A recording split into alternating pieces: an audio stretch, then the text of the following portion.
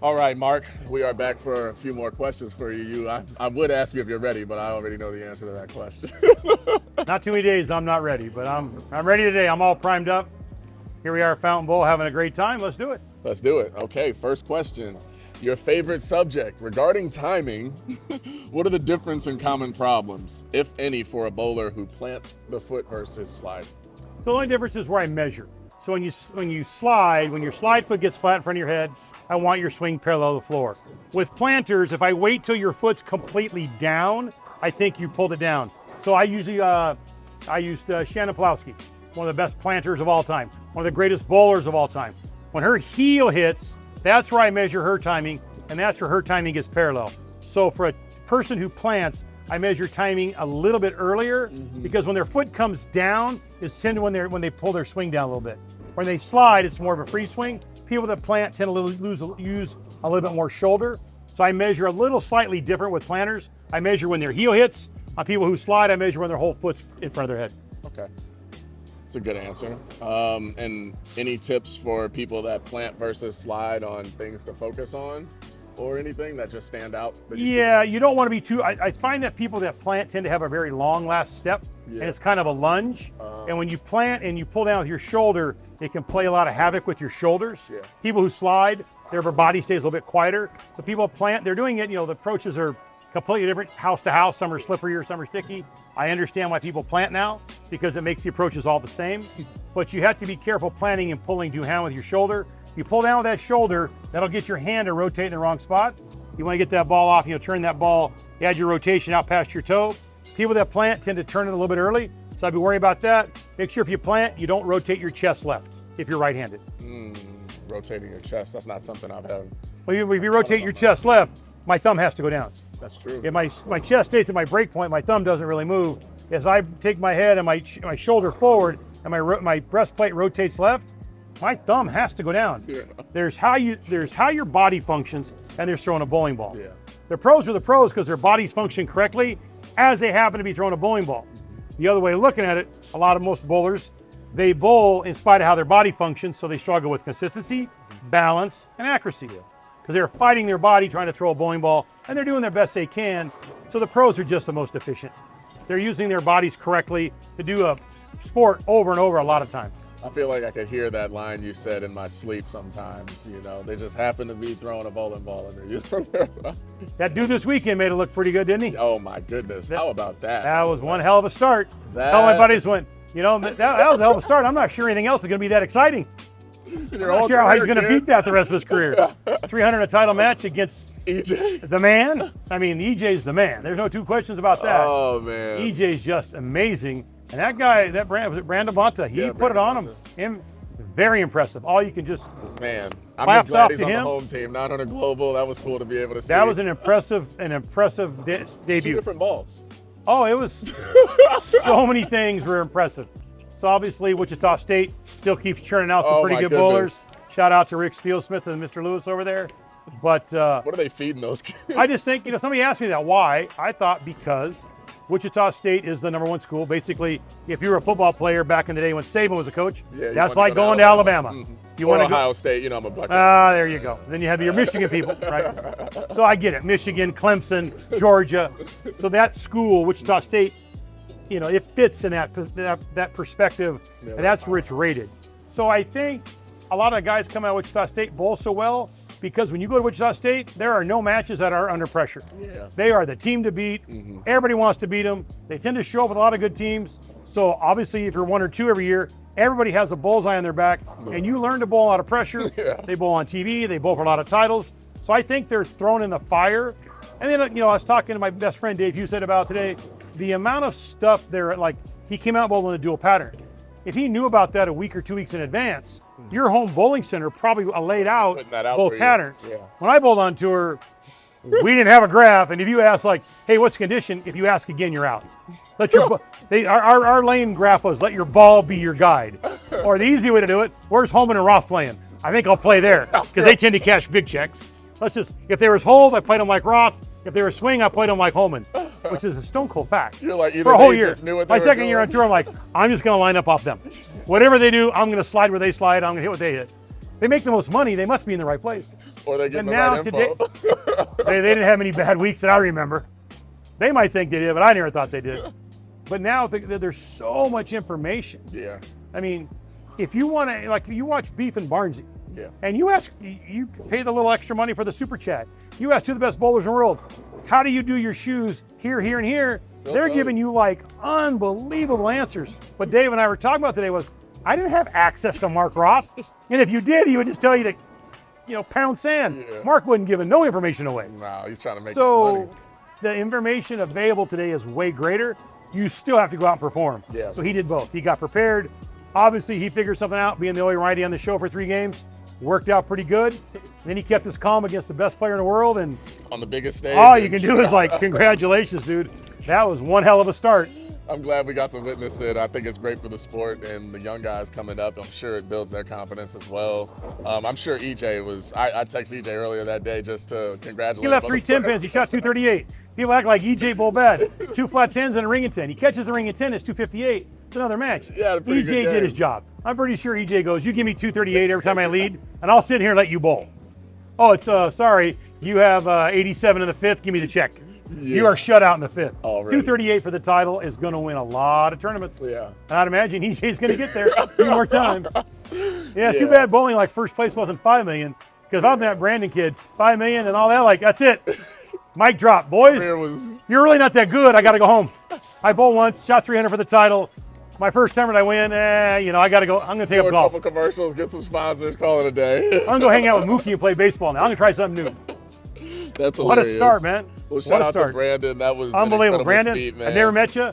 Dude, you got some old guys talking about you. That was impressive. Yeah, that's how you know you're doing something right.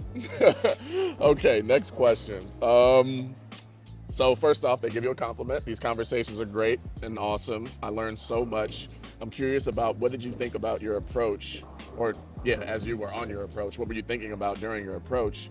And what do the top pros think about during their approach to not overthink their shot? That's something I've asked some of the guys I coach with, and I've been talking about, because so much is made about the release now. Yeah. All the drills are all about the release, the release, the release. Training.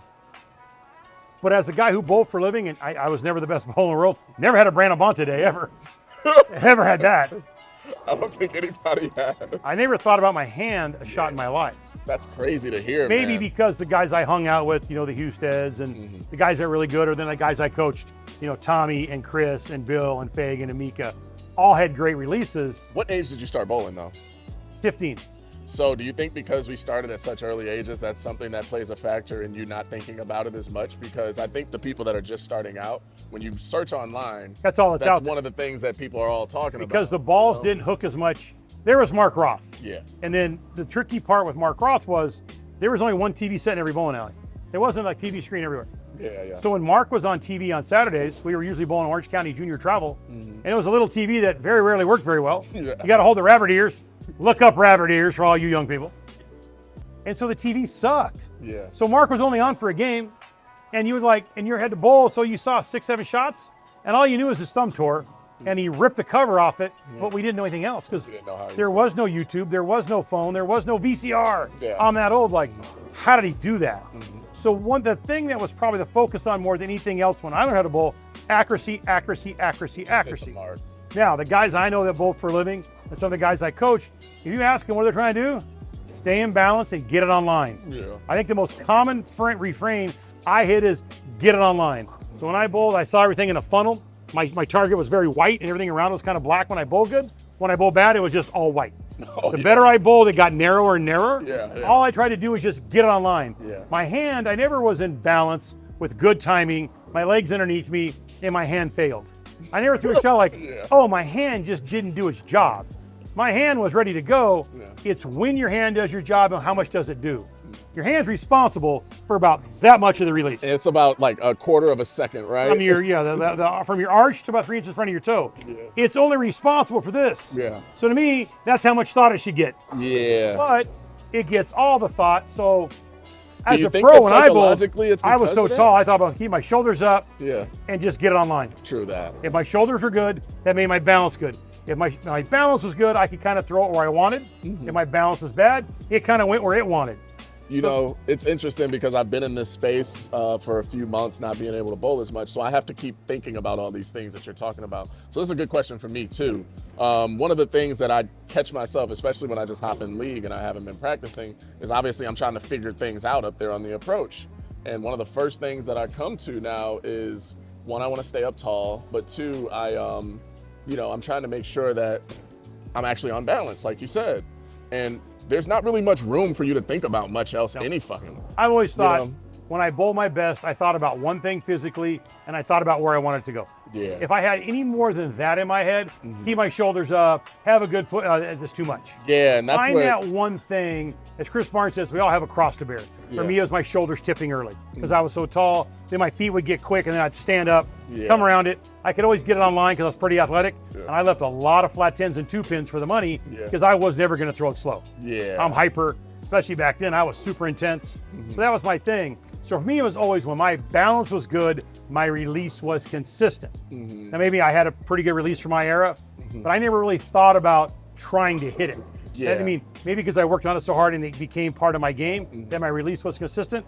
My balance was good, and I was hitting what I was looking, I was going to have a good week. I know personally for me, and I only can speak for myself, but I wonder if others out there go through the same thing, is that when you've done it so many times and it becomes subconscious, and you're not thinking about it like you're saying, it's not something you feel like you need to think about. But when you don't have answers to the questions that you have on why your ball's coming out funny or it feels funny, it's kind of hard not to. So some of the issues I see with all the drills being done, and people are way into it, so it's fine. I mean, there's a lot of coaching methods out there. I don't happen to be a big drill guy. I mean, there's some things I would do with my people during a lesson. It's not a drill. I just put you in the right position to feel your hand the right way. I believe it's caused by something else completely. Yeah. So, no, I'm not telling you what it is. So you told us before. Yeah, but I'm not just giving it all away for free.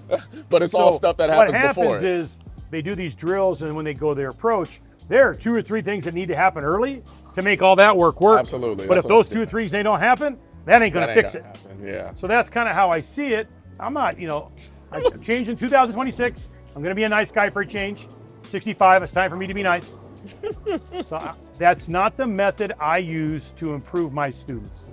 I'm going to leave it there. And your track record speaks for itself, so we don't really I'm a rep guy. I mean, my jump shot became pretty good because I shot more jump shots than everybody else. Hey, amen. So you got to have the full approach, because when the heat's on, you got to start here. Yeah. And you got to get started right to get yourself in that position. Yeah. I think if all this is done better, that actually gets pretty good. Yeah. I've never had, like I said, never had a bowler say, God, my balance was good, my timing was perfect, I got online, I forgot to put my hand in the ball. See, I've never heard that.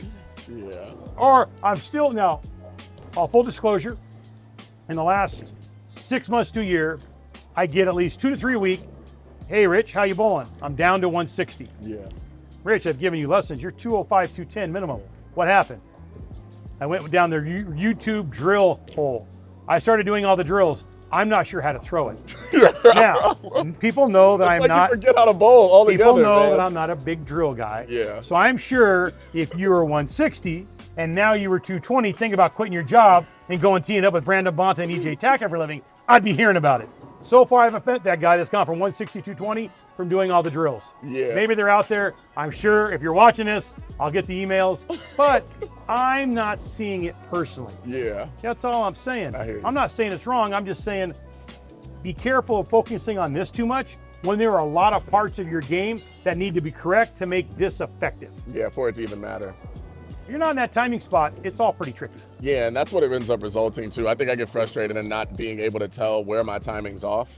And that's so more what frustrating. happens is we use our hand to fix it. Yeah, exactly, and that's not the answer. So some of the guys I asked about their hand, hey, do you feel your hand on your good shots? Never. I always feel my hand on my bad shots. Yeah. So that makes me think, ooh, some of the drills are teaching you to feel your hand too much. So you're focusing on this, not where it's going. If it isn't the Baker box, for lack of a way of putting it, if you're not controlling the break point, your release is irrelevant. True.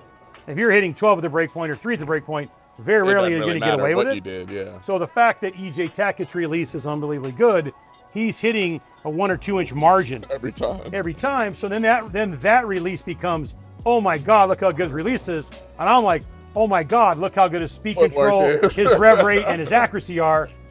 The release is the bonus. Exactly. I see releases as bonuses, not the best part. It makes sense. All those things added up should. Because the Brandon kid had a nice rev rate, but it wasn't what you noticed about his game. Exactly. He wasn't out hitting it more than EJ was. Accurate. He was his carry percentage was pretty good that last game. Oh, it was. You need a couple of those on the run So, like that. If you like doing drills, do drills. I'm not saying don't do drills. Yeah. I'm just saying that's not the method I use to improve my students, to get results, to get that aha moment. So if you had to break it down, because the question was about how not to overthink and what are they thinking about, it's usually one or two things, it sounds like. One or two. I always thought one thing in my physical game, and where am I throwing it? So one thing physical and where you're throwing it. How am I, what am I doing? How am I getting it there? And where's it going? Got you. I was very, very into where it was going. So if you have a checklist that feels any longer than that, cut it down and focus on one or two things, and it should help you be able to get What helps you create balance? What thought, hey, when I do this, I always get back in balance? Because invariably, like, I got my balance back, now I'm hitting my target again. Yeah, usually it's me keeping my feet under me first. So those two things allow you to make ball changes much faster. True that. So you got to be, those two things are super important because it is about getting the right ball in your hand at the right time. True. So you got to do it off a good ball. Yeah.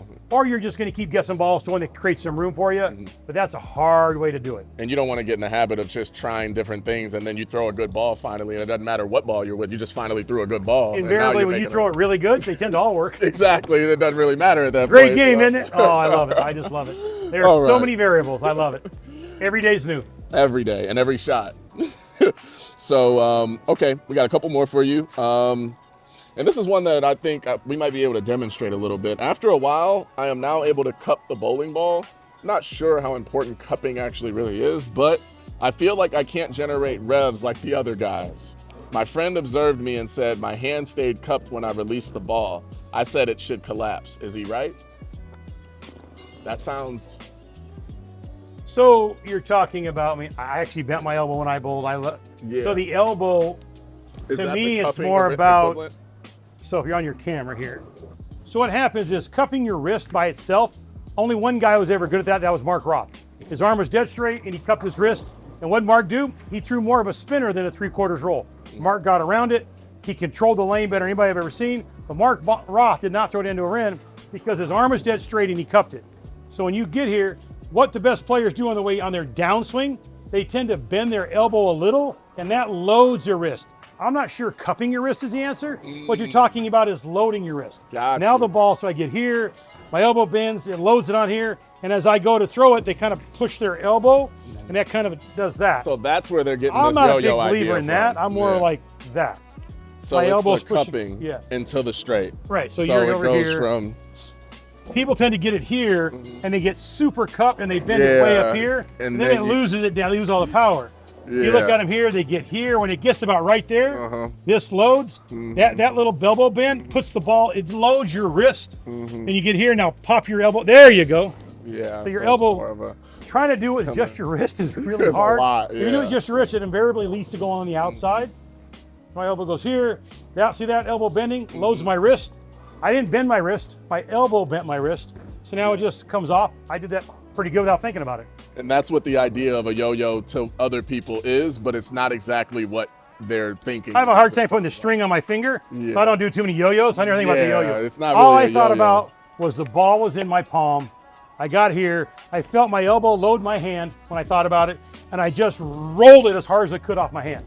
So I never thought about any of that stuff. I love hearing the way you put it, because that's how it feels when I throw a good shot. I want to control the ball. Yeah. So my elbow happened to bend a little bit to load my wrist, and then my hand unloaded the ball. So don't think it's of more it of as an being unload in your than a wrist. cupping. Gotcha. Because the cupping's this. Man, you got to be really strong. Yeah, elbow bend and a slight. load. Yeah, I guess the people on the virtual lessons, they get, Yeah, they're getting that's a little bit much, and it has to happen a little later right in there. Yeah. You go through there. Mike Fagan was probably the most extreme. The other, Bill O'Neill and Barnes, those guys, Tommy, a little bit of elbow flex to load your hand. So I guess my wrist is cupped, but I'm not trying to cup my wrist. I'm just loading my elbow on the downswing. I just slightly 10 degrees, 5 degrees. Yeah. That loads my hand. So that's also the piece of your hand stays on the inside, work the inside. If you do this and that goes down there, my knee drops in, my hand goes here. My hand's in the right spot. Now I just push through and it comes off. That makes That was sense. always pretty easy for me, so I never thought about it. Yeah, we just overcomplicate everything as people. You know how it is, But especially bowlers. I get why they do it. Well, thank you so much, Mark. We're here down at Fountain Bowl in Orange County. We appreciate it. It's been a blast as always. I'm looking forward to all these questions that we continue to ask you because I keep on learning. And hopefully you guys out there are learning too. You got anything for our viewers before we head out? Keep sending the questions. They're always worded a little different, and they're always, personal. I get that. I do my best to answer them as best I can for you. I know I go on tangents and go on to some crazy story from the old days, but I'm trying to give you more analogies and more thought to how it really works. So I'm just not trying to be like a robot, give you a flat answer, be done. There's a reason why I do what I do, and it's kind of who I am. But I really am trying to help you. I love your questions. The virtual lessons are going great, so keep sending them in, and let's keep this ball rolling, man. This has been a lot of fun. The cleanup crew. Pistol was showing me the numbers that some of these views have, so I'm always astounded when I see it. That means there's way more bowlers that I haven't got to, so let's get to all of them. Yep, and we're going to get to them. You guys keep on sending those questions in, and we're going to keep doing our best to make sure we answer them for you. Thank you as always, Mark. Until next time, shout out to the crew. Thank you, Fountain Bowl. Thank you, Storm Nation. And until next time, guys, we're out. See you, everybody.